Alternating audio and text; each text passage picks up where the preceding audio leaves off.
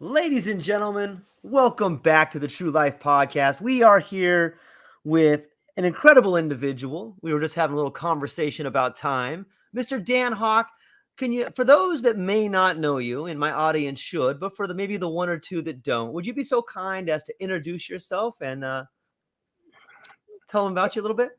Yeah, well, I'm Dan Hawka. I'm Native American. I'm Oneida, the Iroquois Confederacy, and I have a former military background, Army, Navy, last serving on as a nuclear reactor operator on fast tech submarines. And I worked with NASA, NOAA, Department of Energy, many different projects. Making carbon, supplying it to Bikini Atoll for radiocesium mitigation, so plants could grow radioactive free. I worked with Dr. Eileen Yinks. We created the First Nations launched tethered aerostat program and launched the BisonSat in 2015. And from there, I worked with Department of State, got us off the International Traffic and Arms Regulation list, and now working towards getting putting tribal people in space. So that's where I'm headed. Nice. I learn something new every time, Dan. I didn't know you had such a background working with nuclear technology. Well, I spent 8 years in submarines, and my first submarine, I actually actually flew to Italy and caught our first submarine out of La Spezia. I think it's La Spezia, maybe. I forget the pronunciation, but from there, I boarded the SSN 673, which would be USS would be the Flying Fish, and that was a 637 class submarine. And then shortly after that, about a year or two, I was transferred to a larger submarine, 688 class submarine, USS Atlanta. As someone who's been around and worked with nuclear technology like that, and uh, what do you think? Do you think that it's possible for us to see nuclear technology out in the world today? And if so, is it possible with like thorium reactors, or is nuclear something we should be staying away from? Well, first of all, I would say that everything regarding the issue of carbon climate change should be on the table, including nuclear power. I have to say that, there were no incidences when I was on board submarines. I have not had or been anywhere near any incidents on Navy submarines. The SL-1 was an Army first try kind of reactor where they lifted rods by hand, and they learned Wow. an obvious lesson, and people died in that one. Um, and then, there are some issues with 3 Mile Island that happened to do with, I can tell you about that, but it was basically a condensate problem. They had tagged out one, and then the other one failed, and so that was a problem. Um, of course, you have like the Fukushima Right. Daiichi plant, which was, obviously a disaster in large proportions regarding the tsunami and what happened there, and the fact that their backup power supplies was flooded and they weren't able to work. So that was a problem there. But reality, though, is that uh, the power that we provide can be safe if it's done right, mitigated properly. Had Japan's power supplies been, their backup generators been in an area where they would not have been able to be flooded, would it have maintained some safety there and kept the reactors cool? Yeah, I believe so. So it's just a matter of how we think and believe in things and are able to back them up. But yes, nuclear power is definitely on the table when it comes to climate change. Yeah, safe if it's Yeah, done right. I have heard some interesting things about thorium and how the byproduct of thorium is not the type of nuclear waste that the older version of reactors would give off. And so it seems to me when we're facing disasters and the world is clamoring for energy, if we have the technology, we should be, like you said, it should be on the table. I've heard you say before that we have the technology to do these things right if we're willing to come together and work together to create the energy we need. What can you think of something else besides nuclear that would help fill that void? Okay, so when we look at energy and technology, we see immediately that There are some that are going to be more green than others, Right. some that are grayer than others, some that have different problems than others. People say, well, we have wind power, great, but look at, we're disposing of the turbine blades, right? Or if you have solar, and then all of a sudden, 20 years later the solar panel is no longer working, what do you do? That how do you dispose of those? We're talking about electrical vehicles and our EV kind of concepts, that we have to have extraction mining, and then we have some problems with that are gray, and it could even be like child labor and things like Right. that. And then the other part of that is that, what do we do with those batteries when we have to dispose of them? The International Space Station, they just jettisoned like 2.5 tons of batteries from the International Space Station, creating that as a debris issue. Wow. They just like dangling it off the International Space Station and kind of let it go, and like, okay, a Hmm. big package, like Yeah. a couple tons. It's what do we do? So the problem what we have and what we are faced in the United States, and actually globally, is that we don't externalize costs. So what does that mean? What does that mean? It says that, when we want things, we want things now, we want them cheap. And so what happens is that the disposal of these items, no matter what it is, okay, is put in the commons. That means other people have to pick it up. The taxpayers have to pick it up. Yeah. And frequently, that is environmental racism. That is the ones who less likely have the ability to pay for that tab are the ones having to pick it up, and the ones that are the voiceless are the people who find themselves in these situations where they have environmental problems, because of those things. But if we were to internalize the cost, if we make something, no matter what it is, and we say, what, here's from cradle to grave kind of concept, that we we build it, design it, and we test it, and we bring it out to people where they can have it, and then they can use it, and then at the end of life, this is how we dispose of it, and then it's paid for up front, right? But what happens, and what I believe would happen, if that was the case, is that the companies would then take that money and say, hey, Yep. we know we're taking that money for disposal up front, but we're not going to dispose of it properly, and we're not going to do it. So basically, then it becomes a greed problem, right? So internalizing costs means that those costs are set aside for the disposal of that product. And if it's not, then that's where the problem is, because right now it's not happening, and it doesn't matter what it is. So when we get back to technology and how we do things, it's all about ethics, and that's what it comes down to. It's an ethical issue. Yeah, it seems like that is built into the corporate structure. We privatize the profits, socialize the losses. If you look at It's the internet or any sort of thing that gets built, it's pretty much funded by taxpayers, and then the government gives out contracts to multinational corporations or even other corporations. Taxpayers build it, then they take it private, and then they sell it back to everybody. And if they do have some sort of cost for the end, or insurance, or some sort of end waste product, that just goes right to the profits of those people. And I shouldn't say those people, because I think I'm guilty of this idea of short termism. The whole society we live in has been invaded by it, and it permeates us. And I think that's probably something that we could all work on. I'd like to think we're changing from that, but it seems baked into the cake, this idea of short-term profits and not worrying about the long-term problems of what's going on. Now, as a younger guy, I can't remember a time where that wasn't there. As someone who has been through much more experience and lived in different cultures than I have, have you seen the world without this problem, Dan? when I when I was little, we had a community dump not too far away.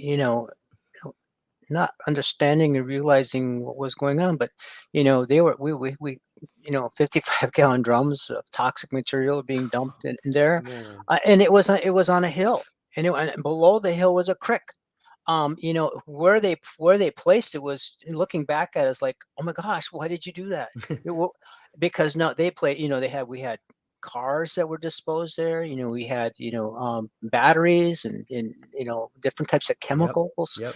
And I used to remember going there as a kid and playing there. And it's like, oh my gosh, take a BB gun and break bottles and stuff like that. I mean, it's like, you know, to think about that, that would have been, knowing what I know now, would have been, no, that's wrong. That's horrifying. And I used to go there. It used to be little areas and patches where they had things burning, right. So, Yep. and so now you're looking at what's happening, with the veterans, and hey, this idea of burn pits. And I Yep. happen to know somebody who's been around those burn pits, and they burn everything in those burn pits.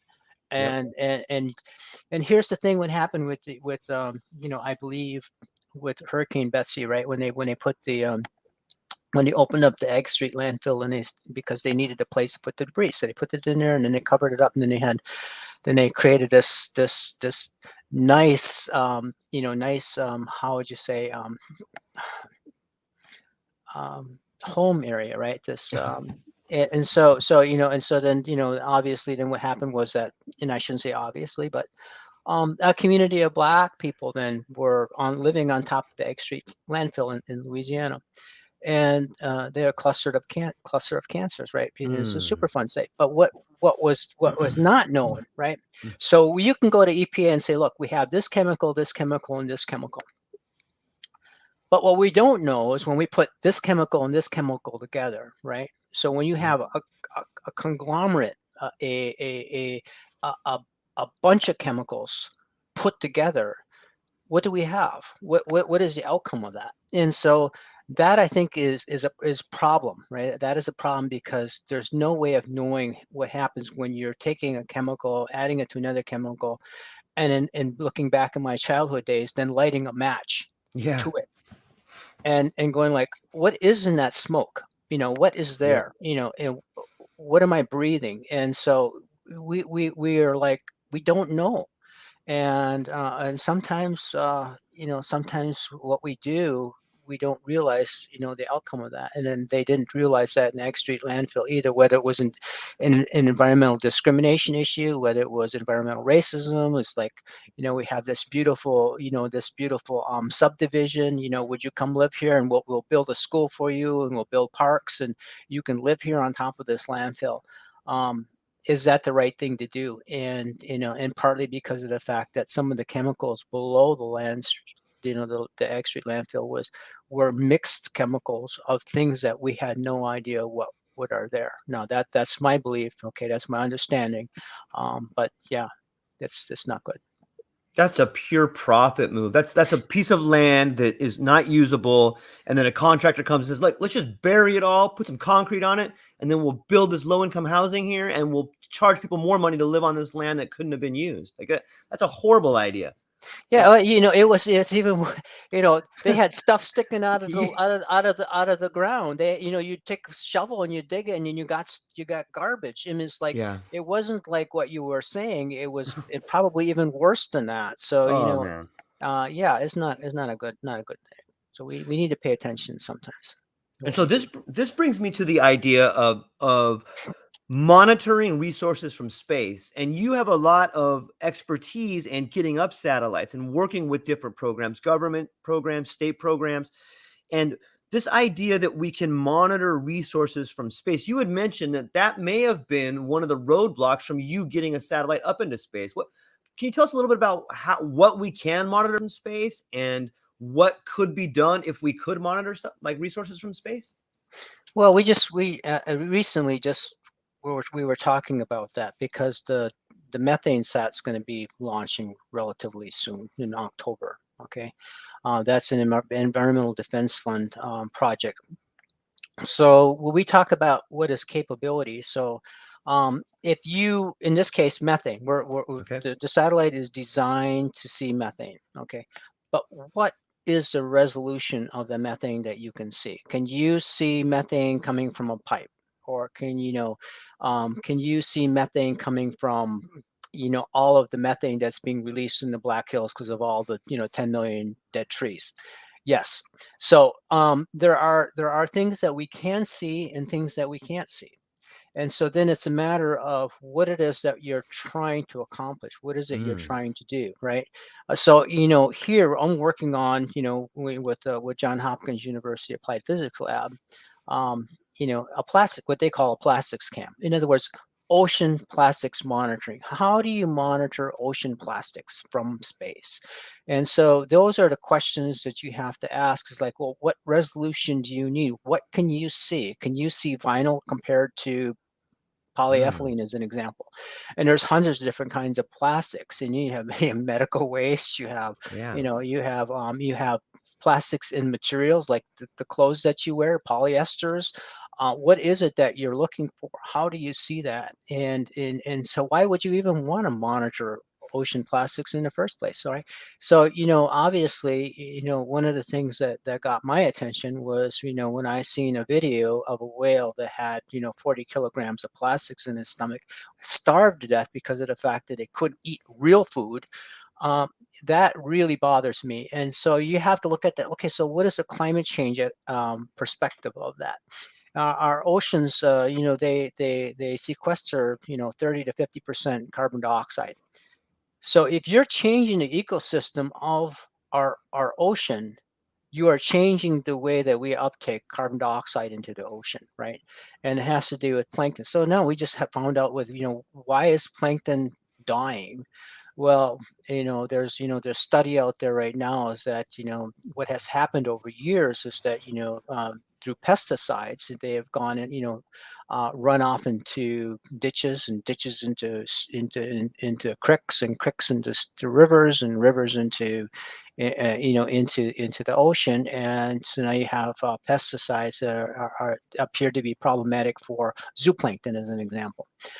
So we have to look at things in the big picture. And so, I mentioned one of the maybe casts before this that, as a Native American, we see things that are all everything is connected, right? So we Yeah. have this Yep. web, and you Yep. have these strands. So when you hurt one strand, you're hurting the web. And that's kind of what we're doing here. Is that, let's take the zooplankton as an example, right? So if you're putting too much pesticides on your land, right, and it goes into the ditch, and into the creek, and into the river, and then into the ocean, and then it's affecting zooplankton. Here's a case where one thing that we do is affecting something else. And so now who eats that zooplankton, right? So our aquatic life do. I think there's three different types of plankton.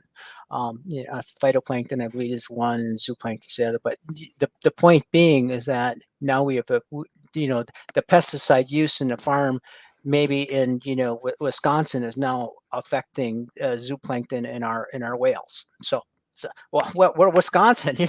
We have cows. We don't do anything with whales, right? But the point being is that what we do affects, it impacts everything else. Everything is connected. We can't say that it doesn't, because the fact of the matter is it's true. Yeah. I agree 100%. I think that we all can play a part. One place I think people come to loggerheads is that it seems to me that corporations have carte blanche of, they can go to a third world country where there's no regulations, and they can poison the fields, they can monocrop, and they can just do away with the runoff, and there's no real ramifications for them. And it seems to me that they are polluting on a scale that is 100, 1,000 times more than the individual. Yet there's no real ramifications for them. And in fact, it seems to me that the corporations tend to be in charge of a lot of these climate change policies. And I just have a hard time believing that they're going to stop doing things that make them lucrative. They're not going to get in the way of their own profit motive, but they will do what people are calling greenwashing, where they're like, okay, what we're going to do? We are going to give X amount of dollars to this, but they don't stop doing the monocle. They don't stop the problem that they're creating. And it just seems like the fox is in charge of the hen house sometimes. And I live in Hawaii, and we have Monsanto over here. And Hawaii is a very cultural, sympathetic place. Like, we love our oceans, we love the land, but yet we have these like Syngenta and Monsanto over here, and they have so much money Like if you go to Molokai, you'll go over there and you'll see nothing but farmland of like these GMO crops, and it's only corn. It's only this. They're just monocropping, and there's no real way I have seen people, even though people protest, even though people don't want them, they are so big and have so much that it's like a behemoth. It's like trying to move that whale when there's only 10 or 12 people. Do you find that to be the case? And if so, what are some strategies we could use to help those companies see what they're doing is wrong? Well, people with money, what do they like? They like more money, right? Yeah, they Right. do. Okay. So, let's say that's true, right? Yeah. So, what we have to do is you have to flip it, right? So, if people are saying, "Well, wait a minute now, this greenwashing, that's not money for us," you have to make it money for them. So, how do you do that? So, you make carbon a commodity, Mm. and as soon as you make carbon a commodity, now it's like, what did you just say? Like, oh my gosh, you mean it? Mean I can sell that? You mean I can make money by doing something with carbon? And now you have the mechanisms to to deal with effectively, immediately, carbon climate change. And so now, why is that so? Because now you have the people with the money saying, this is what we need to do because we need to make more money. And so, that's where this has to go. It has to go that way. And it's unfortunate, but there's caps, trades, you have sinks, and you see what else. There's four of them. So Yeah. you can cap something, you can trade it, you can offset. Okay, so all of this is if it's placed as a commodity. If it's a commodity, farmers, what do? They grow things. It's a cellulosic plant. It's carbon. So you plant a tree. What is it? It's carbon. And so the reality is, though, if you make carbon the commodity that it should be all along, because what is gas? What is oil? It's carbon. It's a commodity. We don't see the rest of the carbon that we do as a commodity like we do oil and gas. If they were all commodity, anything, this carbon is ubiquitous.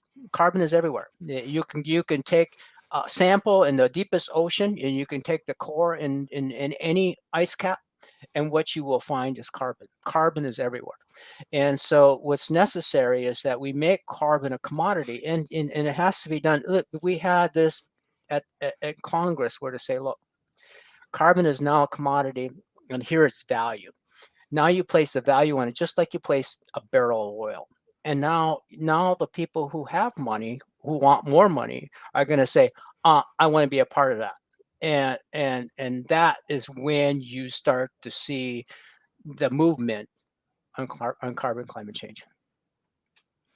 What kind of policies, like what would those policies, like what would a, like let's say Monsanto, like what would a carbon policy that effectively changes their actions, what would that look like? Would that be, okay, if you guys plant this much corn, you owe us this much money? Or how do you get, how do you put a price on carbon per plant, or how does that break down? Is there any, do you know Well, anything about that part? here's what I would do. If you have one stalk of corn, Okay. so what do you have? You have the corn and you have the stalk. It's cellulosic. The stalk has got cellulose in it. That's what it is. Corn is cellulosic. Corn has a lot of sugar in it because that's corn syrup. It's got a lot of sugar. Is carbon. Sugar in the base is C6H12O6. Okay, so you got one plant, one corn plant, stalk, leaves, and the corn itself, right? And the cob, right? Yeah. If I was a farmer and I said, hey, carbon is now a commodity, right?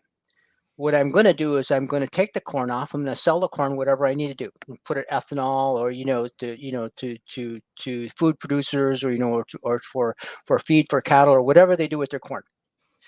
And now what you have left is the cob, right? The leaves and the stalk. So what do? You carbonize it. And once you carbonize it, what are you going to do with it? You're going to put it on the ground. You're going to put it on your land, right? And so what happens when you put it on your land? And it's now carbon. It's pyrogenic carbon. What's going to happen to it? You put it on your land. It's going to sequester that carbon dioxide for every 1 ton of carbon that you're putting on your land, you're sequestering 3.6 tons of carbon dioxide. And so you're looking back, well, how does that happen? Well, Amazon people hundreds of years ago figured this out, right? So it's nothing more than, in the old technology, we talk about slash and burn, very kind of thing, right? But what you're going to do is if the farmer is tilling, you're going to take that carbon, you're going to till it under, and now you got fertile soil, right? So now you got carbon in the soil, so you have soil organic carbon, and that's what's necessary, right? It's the soil organic carbon as a sink that's necessary for mitigating climate change, because what that farmer has done is they've created sustainable agriculture the same way that the Amazons did hundreds of years ago. So the next time they plant, what's going to happen now that they have soil organic carbon that's increased in there?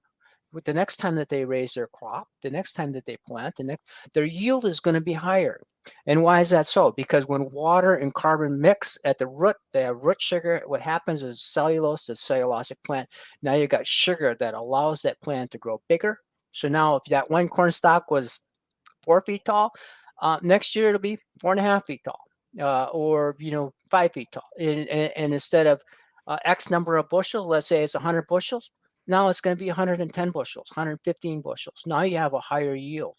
And so that's what has to happen. And it's nothing more than an education issue and an ability to take that stalk, that leaves, that corn cob, and say, hey, what am I going to do with this? I'm going to carbonize it. I'm going to use it because now carbon is a commodity, and I'm going to put it on my land, and I'm going to make my land more fertile, and I'm going to have my next planting season, I'm going to have a higher yield. And that's how you have to think about this. How would they would they weigh it and then fill out a form for the IRS? Like, hey, I had X amount of tons of sequestered carbon. Like, how do you manage what you don't measure? Like, how would you measure that so that you can manage it? And how would that pay scale work? Oh, well, you can measure carbon. You can the same way that you would weigh anything else. So weigh 100 pounds of seed, right? So Okay, all what right. is what's how 1 ton of feathers and 1 ton of bricks, the same, right? So 1 ton. Okay, but what I'm saying here is too is what's happening in space, along with Yeah. methane, green, GHS, greenhouse gases, and those other types of satellites. But we're getting to the point where, and we are close, if not already, right? Being able Yeah. to monitor carbon, as a sequestration from space, so you won't be able to cheat. So if you have a corporation that says, "Hey, I just planted 1,000 acres, and this is what I planted, and this is how much carbon that I sequestered," we can say, "Wait a minute now." You only planted 990 acres and not 1,000. So you can't. We're getting to the point where we won't be able to cheat, and we don't want people to cheat. I mean, because what does that do? That doesn't help. That doesn't help what climate change is supposed to do. We're all in this together, right? So that gets back to your beginning corporate thing about the idea of cheating, right? And for profit, right? And so what we need to do is so it doesn't help much with having a law or some type of let's say farm service ability to do something without having the monitoring capability of that. And it's the same thing, with crop insurance, right? So you got a crop, hey, my crop's dead, and they strip row it or they leave a strip and they say, okay, come in here and check it. And here's my row of corn that I did not cut, so you can check the growth and make sure that it's okay, or how much of a loss did I actually take. So I think there's ways that you can monitor that. So it's a policy issue, a policy decision, but the reality is that if you make carbon a commodity, those types of monitoring devices have to come about, and partly from space, because Yeah. there's going to be ways that we can monitor from space. So if there's something really outside of the norm that's like that doesn't look right, then you can send troops to the ground and say, okay, let's look at this and let's take another look at it, and let's see, let's check it out. That's called ground truthing. So there's gonna be some ground truthing. Yeah. Yeah, I was just thinking as you were speaking about that, I'm pretty confident that we have pretty incredible satellites right now that can see not only maybe different gases, but can definitely see license plates and land stuff. So if we have this technology, shouldn't we be able to have satellites that can monitor corporations throughout the world? And like, what I think that maybe there should be some sort of public shaming. Like, if we have a satellite that can see Monsanto dumping poison into the ocean, then that should be put on TV, and maybe their charter should be pulled from the stock market. Maybe they shouldn't be allowed to be a corporation if they're going to poison the earth. Maybe there should be tiers and levels of corporate malfeasance and potentially even jail time for the CEOs and boards of directors when they're making conscious decisions to do things they know are wrong. And we have the technology to do that. If we have satellites that can see the methane, if we have satellites that can see the land, then there's no doubt that we have the capability of watching or seeing corporations that are in complete violation of some sort of code. I'd imagine it's in some country. Like, why we should be able to hold them accountable for the problems they're doing, but it doesn't seem like there's a will for that. And maybe that's corruption, maybe that's lobbyists, maybe that's politicians, or maybe that's a lack of us as citizens of following through. But shouldn't there be some sort of mechanism for penalties by using satellites in space to see what they're doing? Well, there's a couple problems. The first one for us, again, Native American, right? So Right. we're creating a blockchain that's Nice. distributed across, North America, in Canada and America, and also in space, right? But part of that has to do with evidence locker, right? Mm. So the evidence locker is, being able to keep the raw data so that it's not manipulated in any way. So if you're a tribal government and you're seeing that something is happening with your tribal, your trust, let's say, a treaty right. Let's say it's timber or grazing, right? So here's a case where you have, let's say, a rancher that says, George, we're grazing 1,000 head of cattle, when in reality they're grazing 1,200 head of cattle, right? Right. So the issue there is that, well, how do you know that there's an additional 200 head of cattle? Well, so the satellite would be able, okay, we count it. Yeah, you have 200 head extra. You need to owe this extra 200 head of Yeah. cattle that you're grazing that you said you weren't grazing. And they said, well, wait a minute now, that over there, that's outcrops. Those are not cattle. Those are trees. Or so yeah, okay, you caught me. I was grazing an extra 150 head of cattle and not 200. And so then what you do is you go into arbitration and say, look, yeah, I made a mistake, I made an error. So from the tribal government point of view, then would say to the rancher, okay, let's come to an agreement. Then don't do that again next time, right? So that Right. then it's like, I better not do that because they're watching me, right? Yeah. So that's the ground truthing. But the part of that is the evidence locker then says here is the real data. This is the real data that we actually took. And yes, the farmer was right. There was some outcrops, there was some trees, because when we went to ground truth it there was, right? So then what we do is we say to the evidence locker of the raw data, we say, here's what it really was. But when we go into court, when we go into arbitration, the court's going to say, well, what is the real data? And so, how did you come to this? And say, okay, here's the real data. It has not been manipulated. And here's what we manipulated because there was outcrops, there was trees that we thought were cows, but they really weren't, right? So that's how that has to work. So you have to have the ability to have um, the, the firsthand knowledge, Yeah. which we don't have. So tribal people do not have. Right. So if we try to go into court, the first thing the court's gonna say, well, is that your data? I'm gonna say, no, that belongs to so and so who owns that Ah. satellite, who owns that that camera that provides that Yep. information. And so it's not our data. It's not our Right. real. It's not ours, right? It's somebody else's. It's third party, is fourth party. And so part of the issue then, George, is like, if you're going into court and you see something happening as well, what is the evidence of that? And so you have to be able to have a chain of custody to be able to prove this or that, right? And so if we saying farmers are putting, pesticides on their land, well, which farmer is it? Yep. So when you have zooplankton in the ocean that's dying, which farmer is the one How do you go back? Yep. How do you trace it back to a specific farmer that says you did this, right? And so it has to do with evidence and the ability to hold people accountable. So it gets back to ethics again in the very Yep. beginnings. Like it has to be an ethical thing, right? Because we can't all we don't have the ability to catch everyone, and so yeah, it's a problem. Yeah, but that's kind of how I see things, right? Yeah. Yeah. I'm hopeful. Can people contribute somewhere for you guys to speed up the process, or is there a place people can go to support what you guys are doing? Well, I mean, obviously, listening to you, George, is a big help. So you could be our marketing person, I'm right? in. I'm So, in.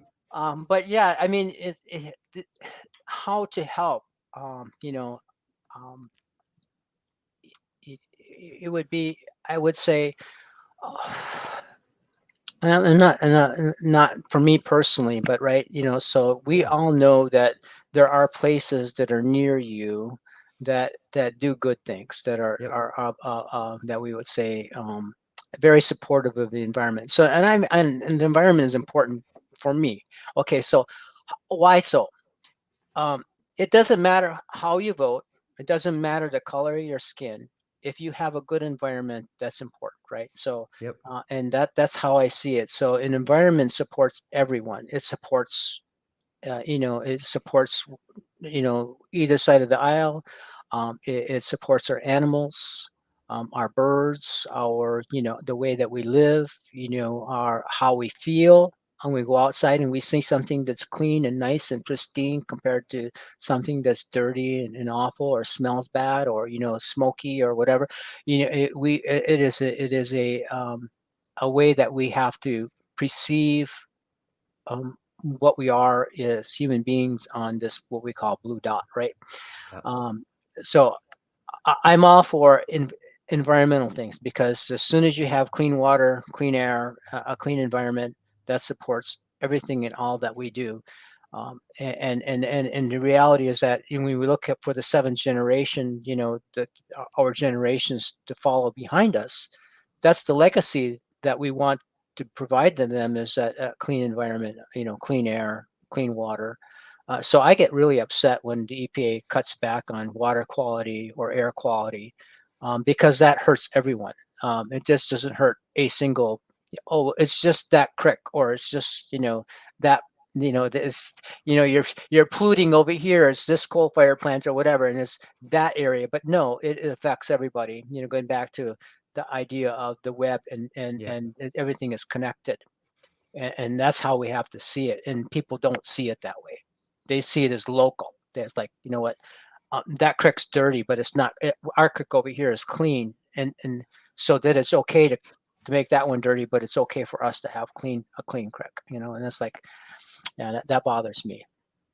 Yeah, that's such a better outlook. I think a lot of people are waking up to this idea that we are one organism. And even though like your creek might be clean, the fact that this one is polluted means that pollution's headed your way. It may not be here yet, but it's already affecting you because it's affecting people downstream or upstream. And you can't hide, you can't run away from something that's attacking you because it's going to catch up to you sooner or later. You might think you're ahead of the wave, or you might think that you didn't catch the virus, but the fact that the world around you is suffering means that you too are in a world of suffering.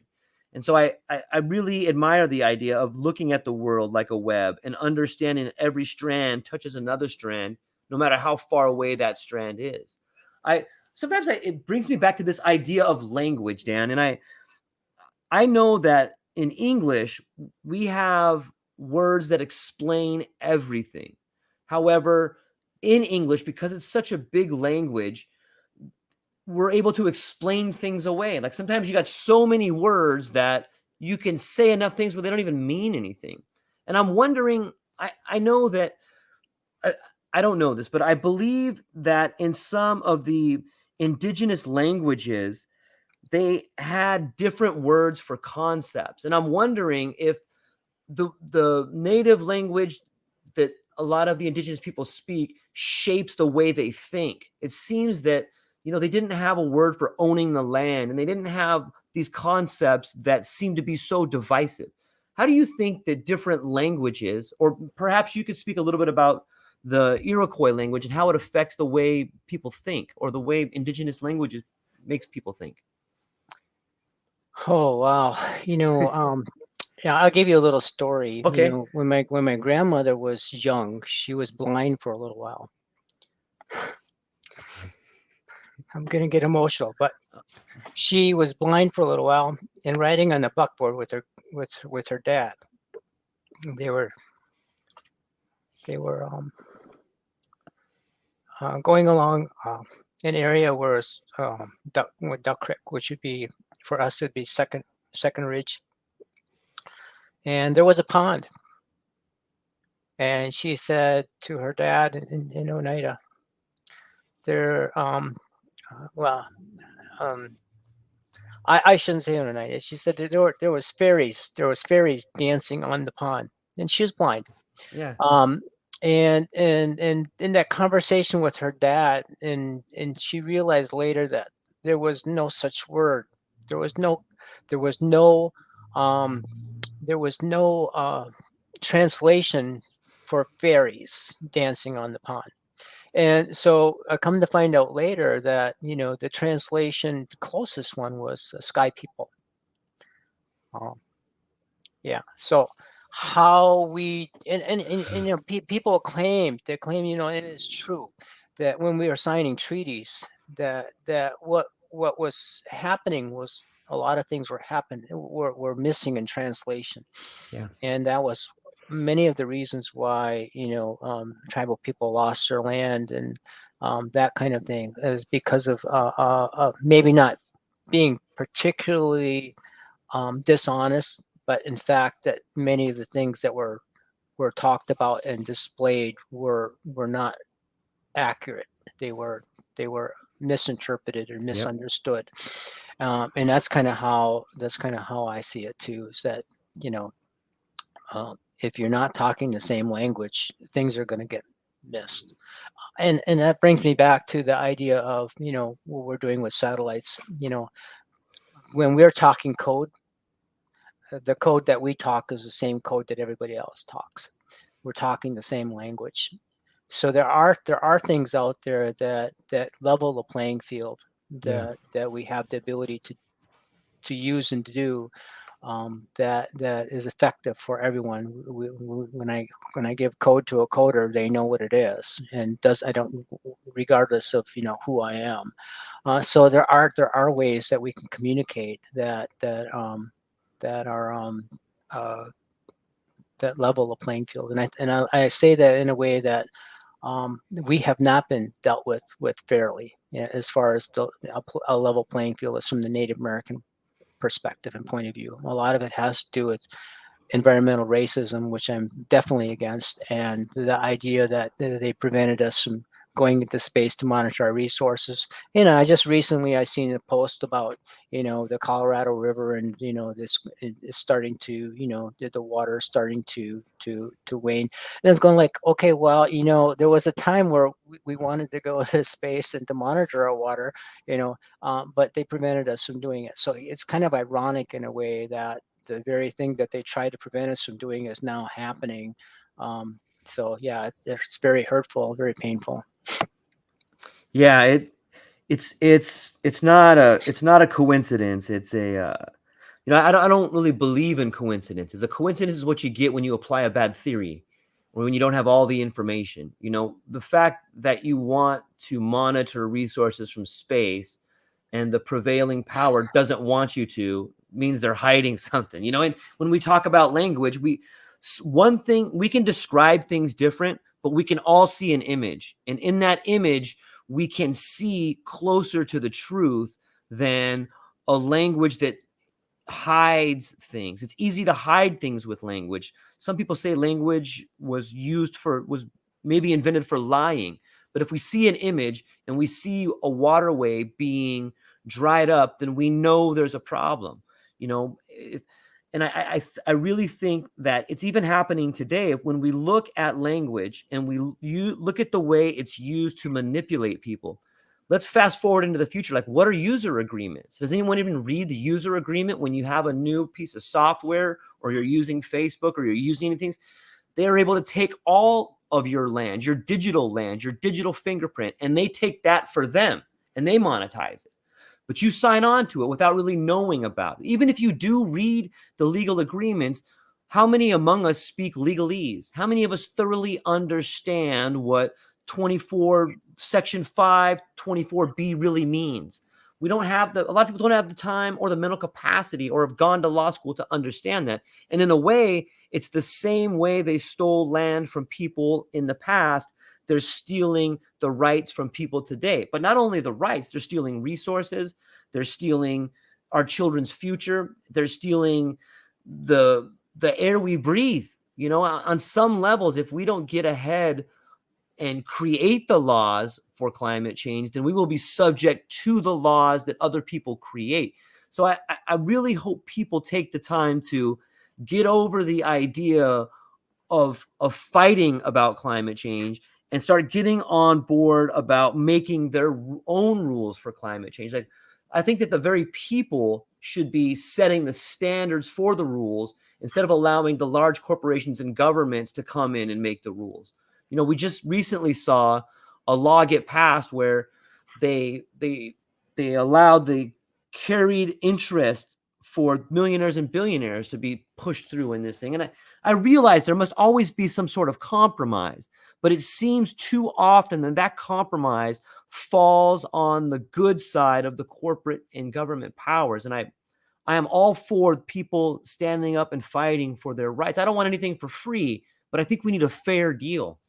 What say you about getting ourselves a fair deal? Like, as someone who is a fighter, as someone who's been on submarines, as someone who stands up for his people, what kind of motivation and what kind of ideas can you help younger people like myself, and maybe people watching? What kind of hope can you give us? So a fair deal. Wow. You're asking for a lot. But okay, so as young people, right? Okay, I see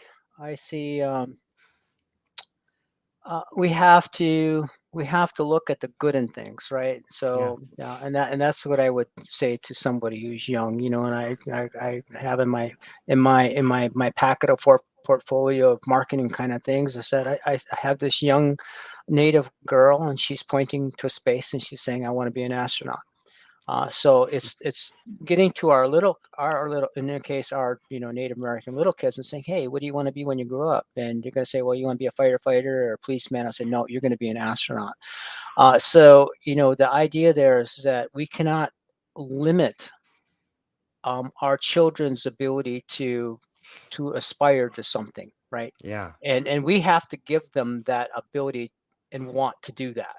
So what can they aspire to be? So in this case, I'm saying an astronaut, but it's our responsibility to give our kids a clean environment, or walking into something, say, well, let's say we're talking about taxes. Oh, we just had this tax bill, and now we're passing these, that payment has to be paid by the next generation, Yeah. our kids Yeah. and our Yep. grandchildren. Yep. And so what we have to say then is, um, what they're paying for has to be worth something, Yeah. right? It, Yes. it has to be, if they're going to pay extra money for what we're doing today for them because we didn't take care of what we were supposed to, and if we didn't internalize the costs, and we're now passing that on to them, to our next generation, to our kids, it has to be worth something at the end of the day. And so, what is it that we want, right? So we shouldn't want war. We Right. should want peace. We should want to be able to work together. We should have a global economy that's truly global. That we have fairness in our exports and our imports. That we take care of our garbage and dispose of it properly. That we have people who are really poor have the ability to do nice, good things, right? Maybe own a car or own a home, maybe have food or clean water. So, it just depends. And so, where we are at in the world and how we view things is important. And I have to mention, maybe I've done in the past in one of your pods before, is that if we're looking at climate change. Okay, so obviously, I'm a Dust Bowl guy, right? So, Yeah. a lot of people died then, and a million were displaced. But if you're talking about global climate change, right? And I see that there's some reports that Bangladesh, as an example, will lose maybe 15% of their land by 2050. That would affect 18 million people. Like, okay, 18 million people, that sounds like a lot of people. Where are they going to go?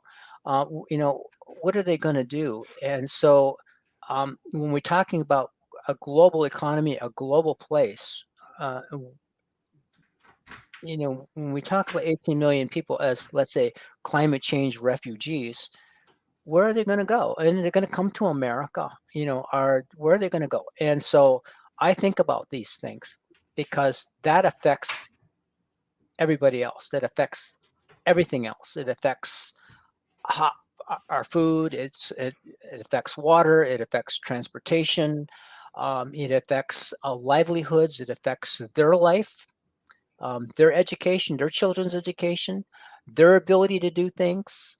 So, and that's just one place. There's going to be many places like that. And so there are going to be winners and losers in climate change. And the losers are going to be really, they're going to be affected. They're going to be impacted in difficult ways, and we're going to see a lot of loss of life. And so we have to come together when we're talking to these kids that are growing up, that are our kids and our next generation and generations after us. How are we going to set them up for things like that are going to happen? How are we going to say that when this happens, this is going to happen and this is how we got to take care of it, or how we have to deal with it, or how we are going to help and support it or mitigate it, or in some cases some people are going to raise arms, and they're going to like, we're not going to let these people in, and we're going to have our own militia to keep that from happening. We have got to come up with um, good policies to start dealing with those things now, because it's going to start to happen. And we see some of those, that wranglings going on right now, like overseas, with the reactive nitrogen, and to take over Sri Lanka and things like that. I think that's we're at the very beginning. And I mentioned before, when the climate change, where it's a 10-round boxing match, right? And we're not even in the ring yet. So we're going to have to find a way to start dealing with these things, and then we have to pass it on to our children that are going to have to understand what it is that we're doing today, something like that. Yeah. I focusing on the future and providing the youth of tomorrow with opportunity seems to be the best way to solve problems. And I I I really like what you said about, if we're going to try and tax people now, we should make sure, like, it's our responsibility to make sure that that money goes towards a better future for everyone. And I think that that is something that we could all focus on. Like, we can hold people accountable if we come together and we have if we as people can come together and just narrow down some things that we all agree on, and there's plenty to agree on. I think that we could start holding people accountable. And I really think that the future, our kids, and the kind of future we want to live in is something that should be part of the conversation about climate change. Too often, it becomes a divisive issue where for somehow it turns into Republicans versus Democrats, which really has nothing to do with climate change. What it should be more about: what kind of future do we want to live in? Do we want to live in a world where it's a top down structure where people tell us what the climate should be, or people tell us what our kids can do, or you know are we going to have to circle around and have climate refugees pour into different places because there's nowhere for them to live? I really think there's some good conversations we could have that would benefit everybody, instead of it devolving into a fight. And sometimes I think that the divisive wedge is placed on us so that we don't have a shot at the table. Does that kind of make sense? Where I come from, they have a saying that says, if you don't have a seat at the table, then you're on the menu. And I think that people are being purposely divided on the topic of climate change so they don't come together and see that we have a seat at the table. What do you think about that? We need to reframe it different. Yeah. This is all nothing about reframing, right? Yeah. Yep. If we make carbon a commodity, does it matter if there's climate change? It doesn't, because now what you've done is you made it a commodity just like oil and gas. So people who don't believe in climate change, does it matter if you're making money and you're doing carbon offsets? Does it matter if there's climate change? And so that's what we have to do. Is just like, we have to do this differently, and so that it does not matter whether one person believes in climate change or not, because it's a matter about, as an example, we go back to that corn stalk, and you're selling your corn like you normally would, but now you're taking your carbon, you're taking your corn stalk, turning it into carbon, you're putting it in the ground, you're getting a higher yield, and you're sinking carbon. So if there is climate change, then, oh, by the way, I just sunk some carbon, so I'm a climate change person now, right?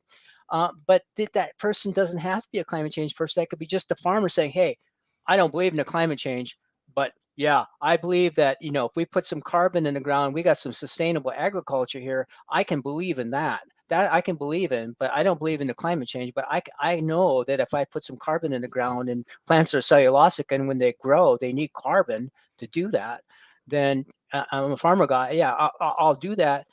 And the reason why we need to do that is to reframe that, is because we are divided, right?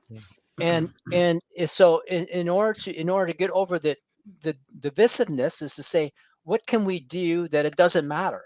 And so, and what I just gave you as an example, it doesn't matter. It, to the farmer, it does. Hey, I don't believe in climate change, but I will put carbon in the ground because that helps my plants, and now I have a higher yield, and now I have more to sell. Now I get more money in my pocket. Plus, oh, by the way, I've sunk carbon, so I get some carbon credits for that, and that's more money in my pocket. Now I got more money because I've sunk carbon, and now I have a higher yield, and so that's what that's where we have to go. It has to be a win-win for everyone. And because if we're talking about a win for half and a win for and not a win for the other half, that's when we get like, nope, I don't Yep. believe in carbon, I don't believe in climate change, and the other half says, yeah, I believe in climate change, and then we're fighting. So what we need to do is we need to find something in the middle that allows, so if there is, I'm just saying, if there is climate change, then what we've done is we started the process to mitigate it, regardless of whether it's true or not, right?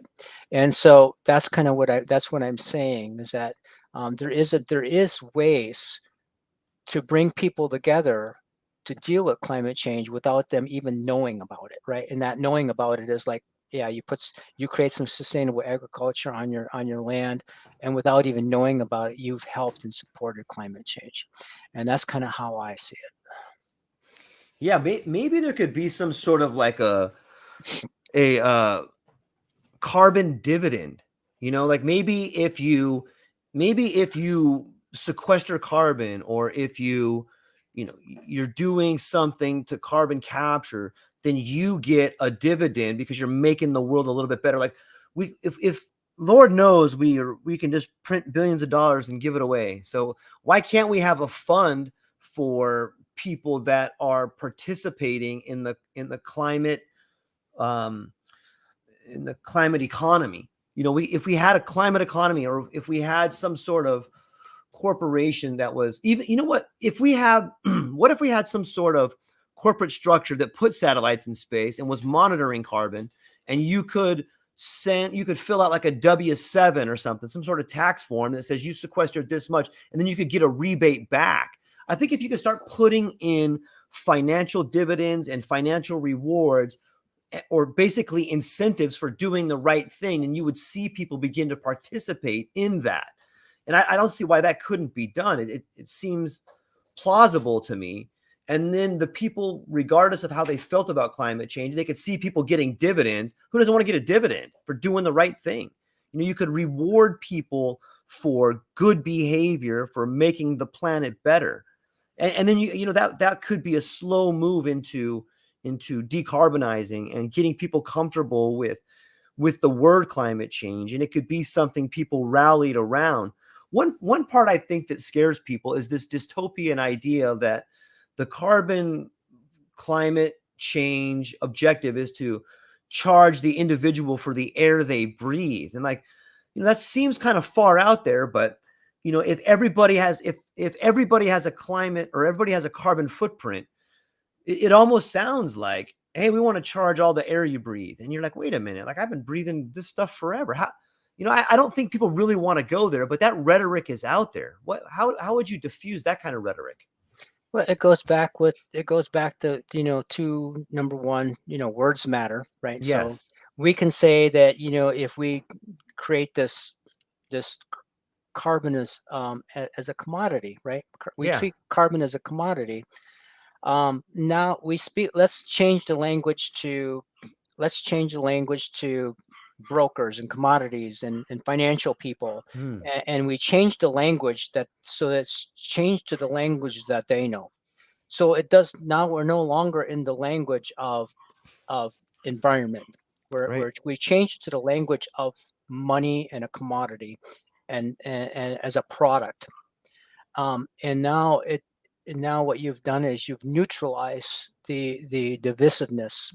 And so again, if you go back to even saying you're doing the right thing, that's dividing right there, Hmm. because that's a dividing issue, because people are not going to want to do the right thing. They're like, nope, no, I don't want to do the right thing because I'm against it. Yeah. For whatever Right. reason, they're Right. against it. Right. And you will find people like that. But if you change the language that speaks to everyone without having a division in it, if it's money language, or if it's a financial language, or if it's a policy language that is neutral. And so that if you're sinking carbon, it's it's not a good thing. You're not helping anything. It's just that this is the policy. Oh yeah, okay, it's policy. Well, okay, I guess I'll do it. And so that is where we need to go. Is we need to be in a neutral setting. We have to treat carbon as a commodity. It has to be for everyone. And everyone can then get on board with it, whether they believe in climate change or not. And that is what I think is going to matter at the end of the day, is that we all along, we should have been treating carbon as a commodity. It's the oil and gas, but we see it as oil and gas. We don't see it as carbon commodity, what it really is. So we need to reframe things so that everything is done on a carbon commodity basis. And now you're talking the language of money. And like I said before, the people who have money, what do they want? They want more money. And so in that respect, it is the people who have the money who have the ability to do this, because why? They want more money. And so that's kind of what I'm saying, is that, it is unfortunate that the people, Native Americans, or those people that are voiceless, have no say. But if you can put it in a way that people who have the money, to have the power to say, wow, I sure could use more money because I don't have enough, and I want to do this, and they are the ones who are going to do it. Now, if people complain about, like, well, Elon Musk, he's a billionaire, he's going into space, he's making rockets. Well, he's got the money, and he's doing it, and he's going to create more rockets. He's going to build, more satellites. He's going to do more things, and so the people who have the ability to do those things are the ones that are going to have to step forward and say, "Yep, okay, yep." And I'm not saying Dan's no. Dan said this. This is what's what. But the point being is that if carbon is a commodity, there are smart people out there that can figure this out, so that it is neutral and equal, that allows everyone to play the game. And who's going to win at the end? The environment's going to win in the end. And when that happens, we all win in the end. That's how I see it. Yeah. I, I'm trying to wrap my brain around. So in today's policy, like, the people that have the most carbon, is that a positive or is that a negative? Like, if they're producing a lot of carbon, do they get penalized for that, or do they get rewarded for it? It seems like I don't thoroughly understand the way it works. Like if you're a rocket company and you're just blasting rockets into space, like you're creating a lot of carbon. You're creating a lot more than maybe even a whole city, and if that's the case, shouldn't that person be responsible for paying more for that? I mean, if we look at carbon as a natural capital, an individual, if we look at carbon as a commodity, commodities are traded, commodities are worth something. So I, as an individual, I am constantly creating carbon. Thus, I am creating some sort of commodity. Should I be paid for that commodity, or should I be penalized for that commodity? It seems like it's a weird trade-off, because people that polluters are putting too much carbon out there. So is there a, I mean, is that what the cap and trade is? Like, okay, you can produce this much, but anything over, you get in trouble. But anything this much, well, you can sell. Can an individual sell their carbon? Like, it seems odd to me a little bit. Well, I guess it's set in policy, but if you're a farmer, farmers are winners, Mhm. right? They have the land and the equipment to sink carbon. And to be Right. honest with you, George, if we're going to get anywhere out of mitigating climate change, it's going to be the farmers, and Okay. they don't even realize it yet. So Okay. they don't understand. Dan, what are you talking about sinking carbon? What do you mean farmers can have the equipment and the land? And they may say, "Oh yeah, we got the land, we have equipment. How does that work? How do we sink carbon?" And so that becomes that issue. And so the reality is that the farmers are the ones who are going to be our biggest players and biggest winners in the carbon climate change market, and they're the ones that are rallying mostly against it. Just like, I don't understand why. And I think maybe I should step back. Maybe I do understand the reason why is because of what's happening in the Netherlands, because it has to do Mm. with nitrogen, right? The reactive nitrogen. So when we're dealing, first of all, when we're dealing with climate change, it has to be through the lens of carbon. It cannot be through the lens of nitrogen. It's not going to work. You can't fix climate change, climate change, with nitrogen. That it doesn't work. That's the wrong thing, right? It's the wrong element. And so that's the way that has to be. But the farmers are going to be the big winners, right? And so I think a lot of that has to go back to the 1935, the Soil Conservation Act, and how we were to get out of the Dust Bowl, right? And that 1935, that act has a lot of prescription in it, a lot of things that farmers can do to mitigate climate change outside of sinking carbon. So, for example, one of the things that they recommended in there was the idea of shelter belts. So a shelter belt is nothing but a row of trees, let's say between two strips of land, between two fields, as an example, right? So Okay. when the wind blows, this line of trees then kind of keeps the soil in place. It kind of Mm. prevents that from happening. That's the shelter belt, right? So if you had the shelter belt and it's one row of trees, what we really need to do is we need to have 2 rows of trees or 3 rows of trees. Now, if you take all the farmland and you said, here's the shelter belts, all the shelter belts that were created back in the 1930s, and say, you know what, let's add an extra row of trees or 2, what would happen? How many trees would that be? That's a lot. What would happen to the topsoil? We'd be able to sequester more topsoil, keep it from blowing around. And so, they created things like hedgerows, and back then, they some of the farms were paid not to farm, right? And they put it in a conservation program. They had some of the farms were put into trees. Some of their lands were actually put into trees, and they planted trees. But and outside of that, of course, is the sinking of carbon itself, right? Is the actual, like the stock I was telling you about, carbonizing it, putting it in the ground. And then now you have sustainable agriculture. So there's ways that they can do it, but farmers have not yet figured this out, that they're actually the large winners in climate change as far as a carbon as a commodity. They just have to realize what it is that they're dealing with. And so far they have not. They're completely lost. That's a great point. I think that if they're able to come up with a roadmap and just be able to see themselves as the winner in climate change, I think it would be a game changer. Yes, absolutely. Yep. Man, that it gives me a lot to think about, and I got to tell you, I really enjoy you taking some time to spend with me in the audience, man. I feel like I learned so much, and I get a different perspective than I had even the last time we talked. And I really think that it helps people to listen to different points of view and different cultural points of view and different points of view, like even learning about the Dust Bowl. I guess it's, if you don't know your past, you don't know your future. And when we can look back to events like the Dust Bowl, we can look back to, the way we treated or stole land from people. We can see these things happening again. It may not be that history repeats, but it definitely rhymes, and we are on the turn again. And it seems that we should be able to mitigate these damages if we just learn from our past. I'm really thankful, Dan, that you're spending time helping me learn and other people learn. And I look forward to our conversations. And is there anything else that you wanted to leave people with? And where can they find you again to help the cause? Well, United First Nations Planetary Defense, gmail.com. So yeah, I'm looking forward to our first Intertribal Space Conference coming up in November. Bringing tribal leaders together with the space industry. That's going to be a huge thing for us.